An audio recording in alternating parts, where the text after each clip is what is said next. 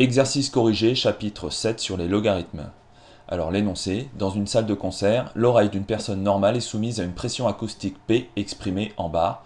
L'intensité sonore L exprimée en décibels est donnée par la formule L égale 8,57 fois ln de P plus 93. L'intensité sonore L peut atteindre dans la salle une valeur de 110 décibels. On souhaite répondre à la problématique suivante. Quelle est alors la pression acoustique P exercée sur l'oreille dans cette salle de concert? Alors la première question. Calculer l'intensité sonore L correspondant à une pression acoustique P de 5 bars, et on arrondira à l'unité. Donc il suffit de remplacer P par 5 dans la formule de L. Donc L égale 8,57 fois ln de P plus 93. On remplace P par 5. On obtient à la calculatrice environ 107 décibels. Question 2, c'est à peu près la même chose. Calculer l'intensité sonore L correspondant cette fois-ci à une pression acoustique P de 10 bars. On reprend toujours la même formule de L. On remplace P par 10. Et à la calculatrice, on obtient L environ égal à 113 décibels. Question 3, interpréter les résultats obtenus.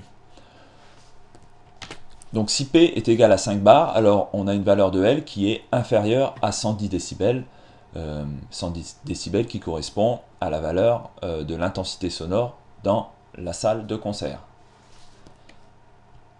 Si P est égal à 10 bars, on a une valeur de L qui est supérieure à 110 décibels, et donc on peut dire que la pression acoustique P qui est exercée sur l'oreille dans cette salle de concert, elle va être comprise entre 5 bars et 10 bars.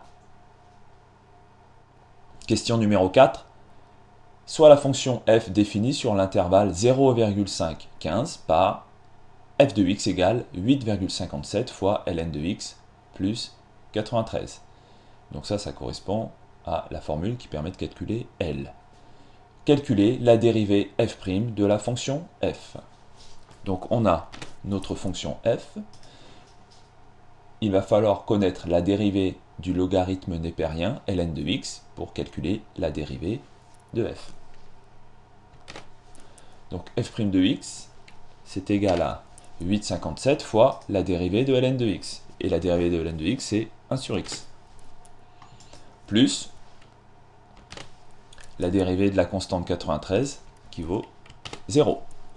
En simplifiant, on obtient donc f' de x égale 8,57 sur x. Cinquième question, pourquoi peut-on dire que f' de x est positif sur l'intervalle 0,515? Alors, sur cet intervalle, x est positif puisqu'il est compris entre 0,5 et 15. Donc si je divise 8,57 par un nombre positif, je vais également obtenir un nombre positif. Et donc f' de x, on peut dire que c'est positif. f' de x égale 8,57 sur x est également positif. Alors du coup, on va pouvoir compléter le tableau de variation. Ça c'est la question numéro 6.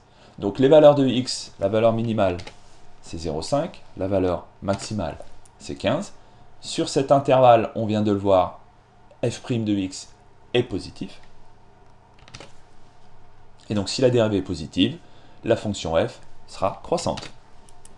Donc voilà le tableau de variation de la fonction f. Question numéro 7, représenter graphiquement sur la calculatrice la fonction f. Alors dans la calculatrice, je vais rentrer l'équation de f de x, 8,57 fois ln de x plus 93. Dans la fenêtre d'affichage, on va mettre la valeur minimale de x, 0,5, la valeur maximale, 15, y minimum pour l'instant on laisse moins 10 et maximum on laisse 10. On trace et on regarde si on obtient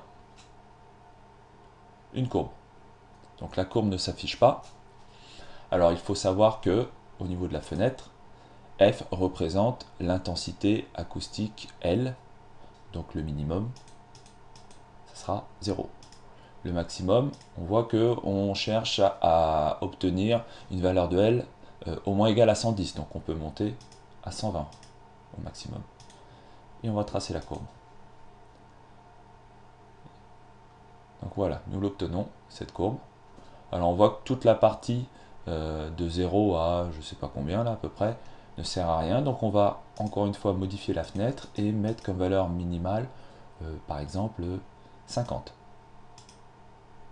Graphe. Voilà notre courbe. Question numéro 8. Résoudre graphiquement f de x égale 110. Donc toujours sur la calculatrice, on va se placer sur la courbe et repérer la valeur de y. On va la positionner de telle sorte à obtenir 110 et on obtiendra comme ça la valeur de x qui nous intéresse. Donc là, y égale 110,02, on est sur pour une valeur de x égale à 7,29 quoi à peu près. Donc graphiquement, f de x égale 110 pour x environ égale 7,3. Question numéro 9.